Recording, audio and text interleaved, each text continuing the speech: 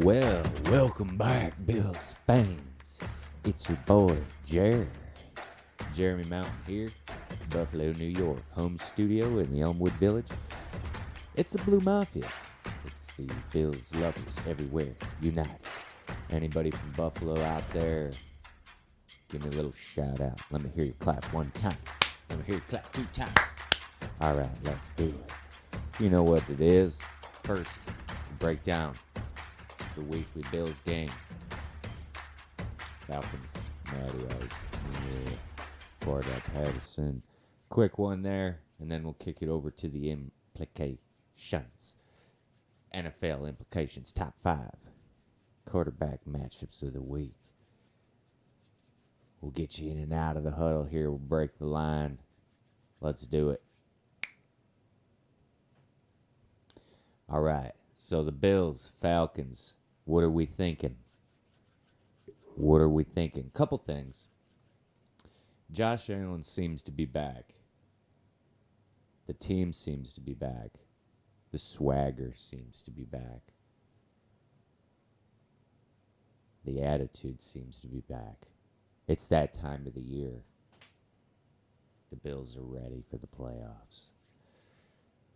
Josh Allen and the Bills have been teetering on complacency throughout the year, as we all know here in Buffalo. The national media is once again starting to humble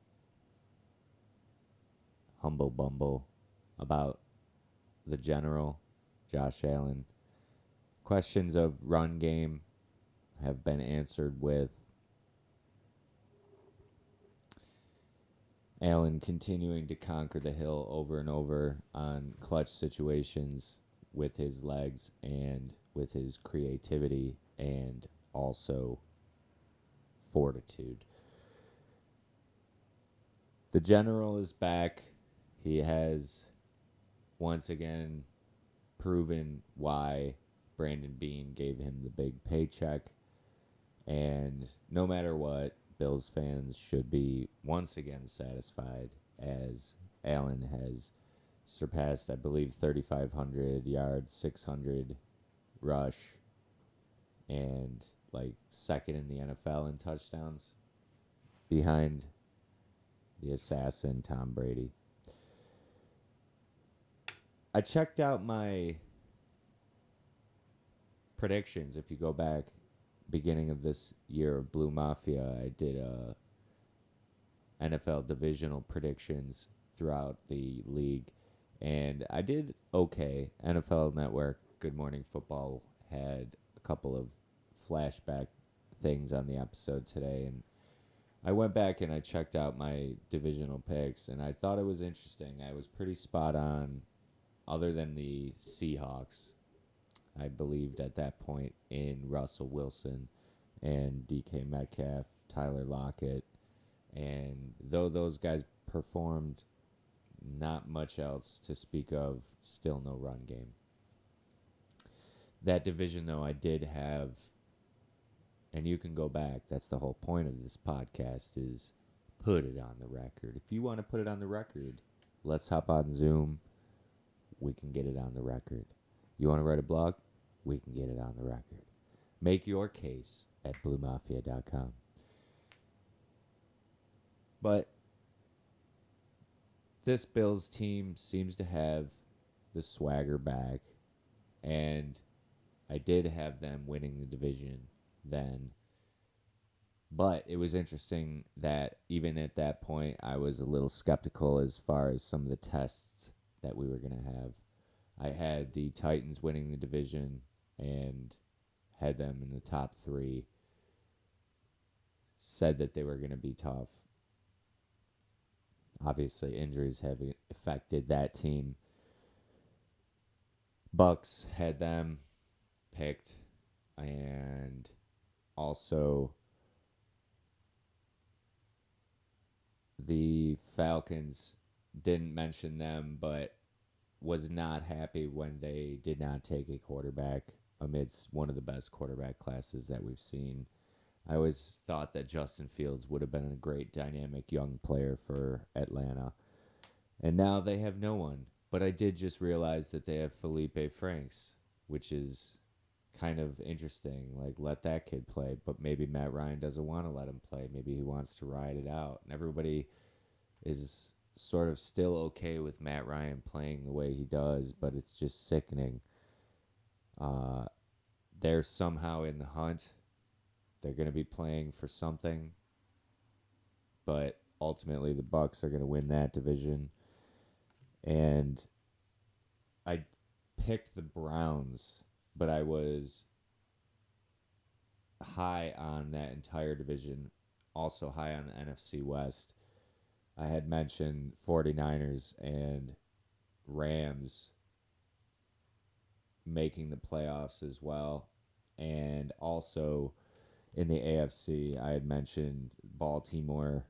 No Cincy. I was not on Cincy at that point. Cincinnati looks good. I did have mentions of the Chargers and was very critical of Derek Carr. Duty Carr, I called him. It's been a wild year. It's the New Year's Eve here in Buffalo. It's about 1 o'clock p.m. on Saturday. Tomorrow, it's Friday, actually. The wifey is at work. I'm off today. It's a beautiful day in the neighborhood. It's a beautiful thing, being able to record. Part of the reason I do this pod is to get you to understand that you can record. Just get a camera out, get a microphone, a little bit of a light, you're good to go. So make your predictions. If you want to make a prediction at BLEUMAFIA.com, go ahead. Also, check out Green Vision Wellness. Not a paid placement, just a shout out. I got this t-shirt for free for my purchase at Green Vision Wellness in Depew. Right next to Mama Manja. Manja Mia? Mama Manja Pizza. Great pizza. Also in Depew on French Road.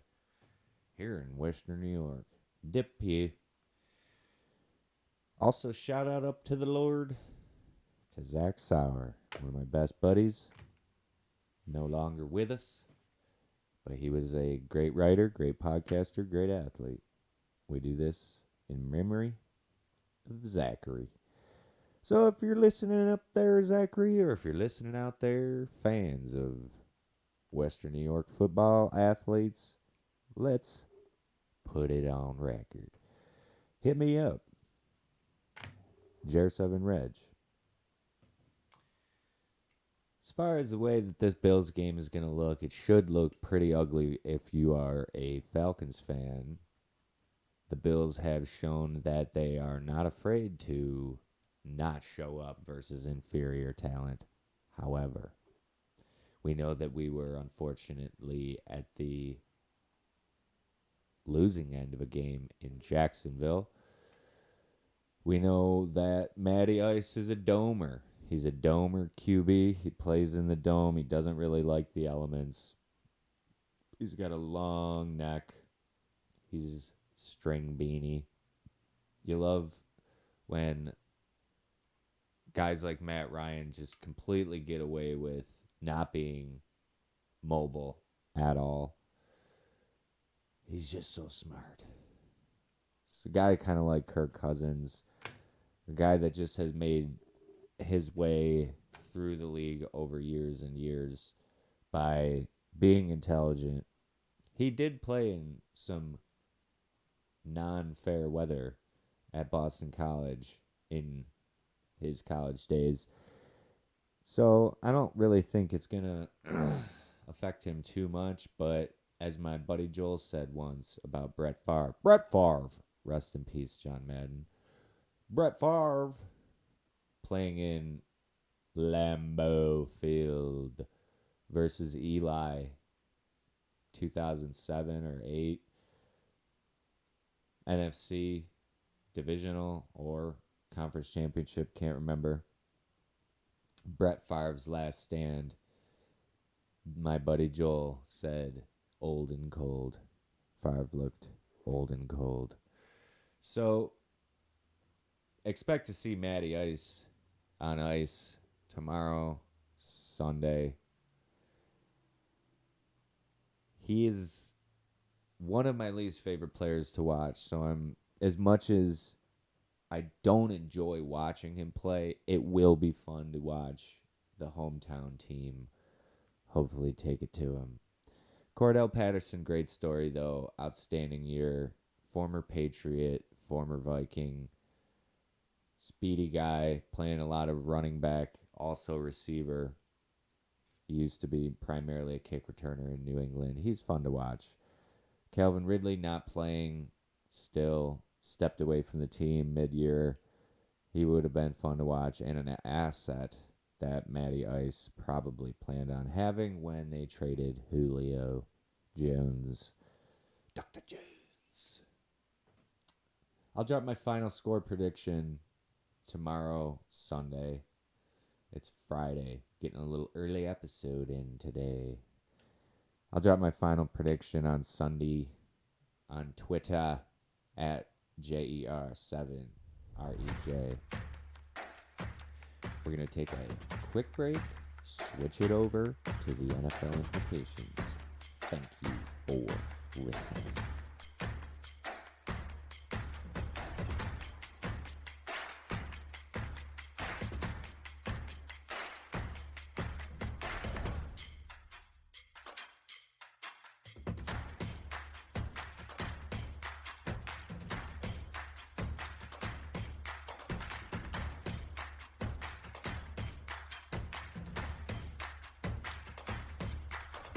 Hey there, it's the NFL implications.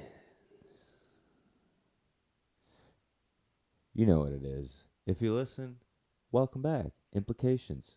Top 5 quarterback matchups of the week that are going to have implications down the road, which is not that long from now. We bring you Reg and Jer's top 5 quarterback matchups. That's both sides of the personality, the crazy side of the personality, and also the hardworking, vigilant, loyal side of your natural best self. Be all parts of yourself out there, whether you're on the field or off of it. Be good and be true to what is right. So it's the implications. Dennis Reynolds did not always do what was right, but he gave us a very comedic set of implications. And this joke is repeated every week because we have now reached the playoffs and everyone on mainstream media is saying this has huge implications. So, who do we got? Top 5. Number 1, Aaron versus Kirk. Aaron is having an outstanding year on the field. Off the field, he's a voice of generation of people that may not want to listen to what you have to say. Luckily, he's got millions of dollars, and he's going to probably get one last final payday as he walks down the shadow of Brett Favre, end of career life. He is taking on Kirk Cousins, a guy that ran himself out of Washington after being drafted alongside RG3, who is now commentating college football games, which is just absolutely crazy. Who would have thought that Kirk Cousins would be playing in the NFL and RG3 would be currently at the same time in the booth? This just has implications because it's Aaron versus Kirk. Couple old wily vets. Aaron's fun to watch. They'll seal it probably late. Or maybe they'll blow him out. Check it out. Aaron versus Kirk, will do a prediction. Special New Year's edition. I'm going to say Aaron about 334. 3 touchdowns, 1 interception. Kirk, 356. Oh, where is this game? I keep thinking it's indoors. I think it's in Lambeau. Cut that down. 256 Rodgers, 2 touchdowns, 1 pick. 285 Kirk, 3 touchdowns, 3 interceptions. It's going to be crazy. I don't know. We're doing that this week because we have our own show, so we can do these things on the air. And we'll go with the W to Aaron. Kyler versus Dak. Implications. NFC. Everyone asking questions if the Cardinals are real. Everyone asking if Cliff Kingsbury is real. Can they get a big win late in the year against Dak and the Cowboys? Jerry Jones has built one of the most talented rosters of all time. This one will be fun. Texas football. Kyler was originally a Texas quarterback. We'll say, let's look up where this game is before we do it. Kyler, like I mentioned, I believe he won a state championship, or at least played in one in Cowboy Stadium, so he is not new to that stadium. It is in Cowboys Stadium, 425. We'll say 325 for Kyler, 2 touchdowns, 1 rushing touchdown, 60 yards rushing, 1 fumble. Dak, 450, 4 touchdowns, 1 pick. Dak gets the win. 3, Herbie versus Drewy Lockwater. We know that the Broncos have played 2 different quarterbacks this year due to Teddy injury water. Love Teddy, but I think Drew Lock is playing at this juncture. This one just matters because Herbie needs to win if they have any opportunity to get into the playoffs. That is the Chargers. Brandon Staley, one of the hottest names around the league. But now people are sort of doubting his process. Which is unfortunate because I do like Staley. That game is in LA. They're 8-7.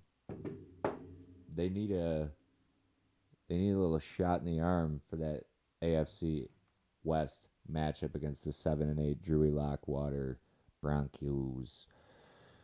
We'll say 178 and 3 touchdowns for Broncos QB. 1 interception, 1 fumble.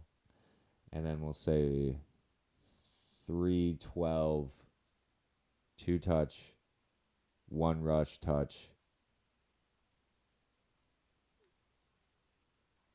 A lot of sacks for Herbert. Gets sacked a lot.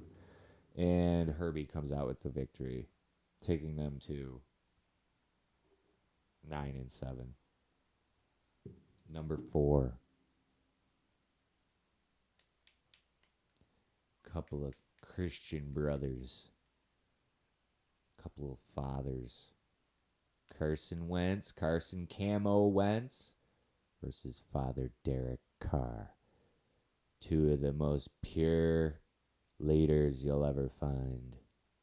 You need both sides to be a great quarterback. Do you see where we were going with that before? A couple guys that don't really have the edge. They get real excited if they win, but they don't really turn up the dial, if you know what I mean. Turn it up. Turn it up, boys. Turn it up. Wentzy, come on. 187. 2 touchdowns. No, 187, 3 touchdowns, 1 pick. Carr, 224. 4 interceptions, 1 touchdown. Wentz gets the victory. And lastly, the town that Tanny built, the town that Tua built. Tennessee Tanny Titans versus the Miami Tua Dolphins. Tua, lefty, has come out of the woodwork, proven that he may be okay in the league, and built a belief and a couple smiles around Miami. Jalen Waddle had him in fantasy. Great weapon to have for a lefty young quarterback. About every 5 catches that Waddle has are only about less than 2 yards down the field. But hey, they've got a great relationship that could go a long way. It's all you kind of need if you got a little bit of a run game and a little bit of a relationship. Russell Wilson, not a lot of good relationships with his receivers this year. But Tua building one with Waddle and Tanny. Originally started his career, got paid in Miami. A lot of people don't know. Shout out. Manziel also got a Colt Brennan helmet for Christmas. Right there. Signed. Got the Colt Brennan soul in the house. Shout out Rysky, big bro, for those gifts to the pod. And also got this hat, I believe, from Carly. So thank you. Friends and family. Tanny built it. Did he? No. He didn't build much in Miami, but he's built something in Tennessee. And he gets to, I believe, go home to Miami and try to, I believe, potentially knock out the Dolphins from playoff contention. It's going to get wet and wild in this last few weeks of the season.